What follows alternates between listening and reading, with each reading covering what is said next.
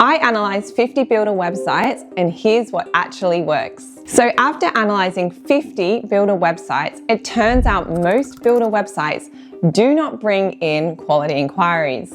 Most builders don't just need better looking websites, they need websites that actually build trust, position them clearly, and help them move the right traffic into signed contracts. So let's get into what's actually working and how you can apply it to your website. For context, I'm the co-founder of the Arrow Agency, and I work exclusively with residential builders, custom home builders, and large-scale remodelers, helping them improve their positioning, generate better inquiries, and build a more predictable pipeline of work.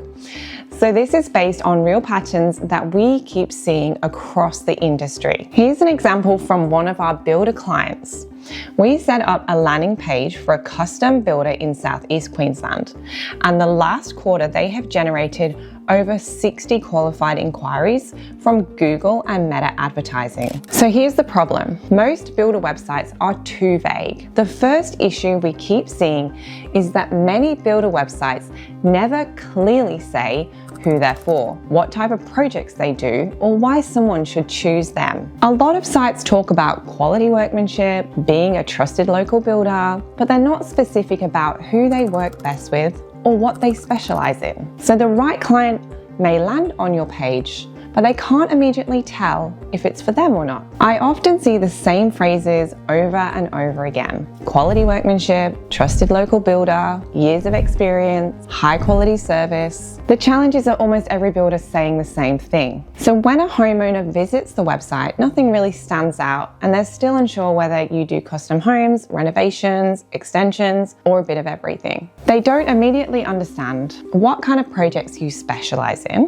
whether you're the right fit for their job, or whether you're a premium builder or a generalist. Why should they inquire with you instead of the next builder that they find? When that clarity is missing, many good potential inquiries simply move on. When we look at the better performing websites, you can tell within a few seconds that they're clearly positioned themselves for their ideal client. Here's a great example from a builder website that we found. You can see straight away they use a clean professional hero image of a finished project. It immediately signals the quality of their work. If you scroll down, it's very clear who they are and what they do. They position themselves as a Sunshine Coast home renovation specialist builder. There's no guesswork for the homeowner. Further down, they introduce the faces behind the business with a short about us, which quickly builds trust. If you keep scrolling, you'll also see testimonials and trusted supplier logos, and then a showcase of recent work. So by the time someone reaches the bottom of the page, they've seen the proof, the people and the projects all working together to support an inquiry. And importantly, the page is simple and clean. It doesn't overwhelm people with information. It gives just enough detail for their ideal client to feel confident and take the next steps to reach out. That's the level of clarity you want. New builds and full-scale renovations for location, high-end renovations and extensions for homeowners who want quality, not shortcuts, or design-led residential builds with a structured process from concept to completion. That kind of positioning filters the right people in and the wrong people out. And in practice, it usually leads to better quality inquiries, not just more of them. Before we move on to the second mistake that most builders make in their websites, just a quick reminder, if you want to improve your builder marketing without guessing, we've put together a free resource with the key elements every builder website should include to attract better inquiries. You can download that through the link in the description below. Let's get into problem 2. So, the websites show the projects, but they don't build enough trust. When I looked at a builder website, another common issue that kept coming up is that a lot of sites do a really great job of showing nice project photos, but they don't build enough trust for someone to actually inquire. A gallery on its own is not the same as a sales tool. Most of the sites I saw had images of completed homes or renovations, but they were missing the pieces that help a client feel confident enough to take the next step. Things like a clear explanation of the process. For example, if you take a look at this builder, it doesn't take long to see that they have a defined way of working, and you can click through to understand each step in more detail. That immediately shows there is structure behind the scenes and helps homeowners picture what working with this builder would actually feel like. Testimonials that feel specific and believable also make a big difference.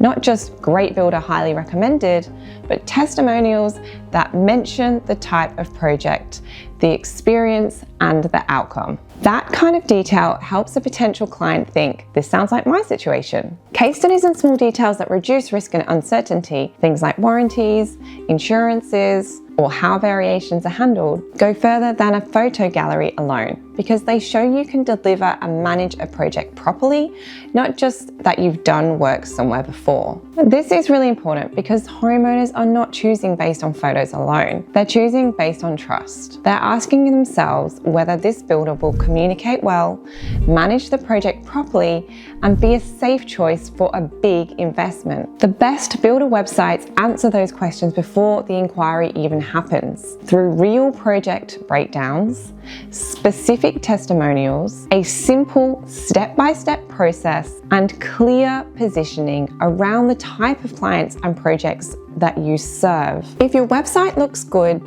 but doesn't reduce uncertainty, it will almost always underperform. The goal isn't just to show nice projects, it's to give someone enough trust and clarity that reaching out feels like a safe next step. Problem number 3, the third pattern I keep seeing is that a lot of builder websites don't make the next step clear or compelling enough for the right client. Most pages just end with contact us, get in touch, request a quote, and on paper that sounds fine, but if your client is planning a major renovation or custom build, it's not very reassuring. They're about to make a major investment and they don't want to feel like you're sending a form into the abyss and hoping someone replies. On the better performing websites, the next step is framed much more clearly. Instead of vague contact us, you'll see things like book a consultation to discuss your project, inquire about your renovation or custom build. Start the conversation about your upcoming project. Straight away, that feels more considered. It tells your potential client that there's a proper process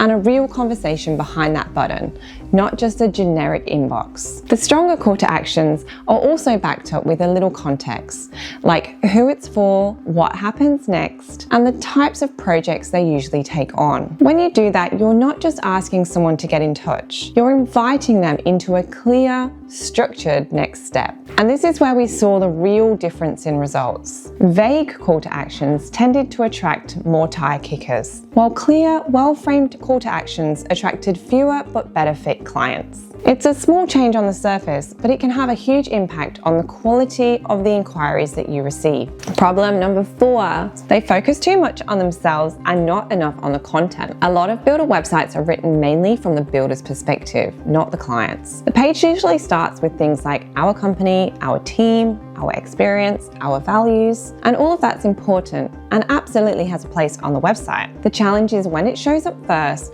before the client can see themselves and their project in the picture. When a homeowner lands on your site, they're not starting with who is this company? They're starting with much more practical questions like, can this builder handle my type of project? Will they make the process easier or harder? Are they worth the investment I'm about to make? Will they help me avoid costly mistakes along the way? And the first thing they see is a long paragraph about the company history. They have to work harder to connect the dots. The websites that performed better made the connection for them. They still talk about the builder's experience, but they link it directly to the client's outcome. So instead of just saying, we have 20 years of experience, they explain what that actually means for the homeowner. For example, 20 years of experience becomes a more structured process from the first inquiry through to handover, better communication throughout the build, fewer surprises on site and in the budget, higher quality outcomes you can see in the finished work, a smoother build experience overall. The information is the same, but the framing is different. It moves from here's who we are to here's how what we do benefits you. That shift alone makes the website feel more relevant, more useful, and more persuasive without needing to be pushy or salesy. It helps helps the right clients think, okay, they understand what I'm worried about and they're set up to handle it, which is exactly what you want before they reach out. Problem number 5, there's no system behind the website. And this is probably the biggest one. So a lot of builders still think of the website as the marketing, but on its own, a website is more like the front door. It only really works when there's a solid structure sitting behind it. In practice, the websites that perform the best were all connected to a bigger system, not just a nicer design. So what that usually looks like, clear positioning. So the right people are actually clicking through in the first place.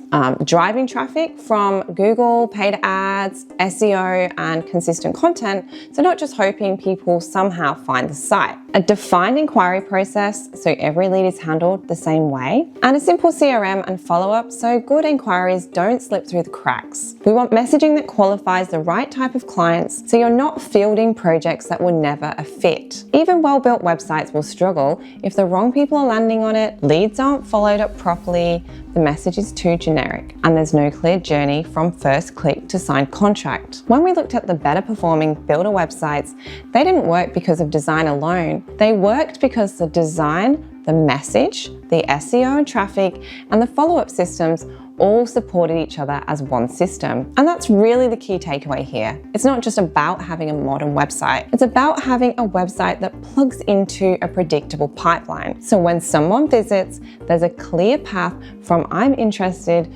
to we've booked the project. If you take nothing else from this video, take this. The builder websites that work best make it clear who they're for, what they do, and what the next step is. They position the builder properly in the first few seconds, build trust quickly with real people, real projects, and a clear process, and make the final step feel straightforward and low risk for the right client. Knowing what makes a builder website effective is one thing. On its own though, it won't create a predictable pipeline. You still need the right positioning, the right traffic, and a simple follow-up system around it. That's the piece most builders don't have the time or headspace to build. If you want to put the right strategy in place so your pipeline is more consistent over time, check out our first link in the description to see how you can work with us directly. Or if you'd like more practical videos on builder marketing and attracting better fit projects, subscribe to my channel and keep watching for the next parts of this series. And remember, you can download my free resource on how to action all of the things we just spoke about in this video. It's in the link in the description below.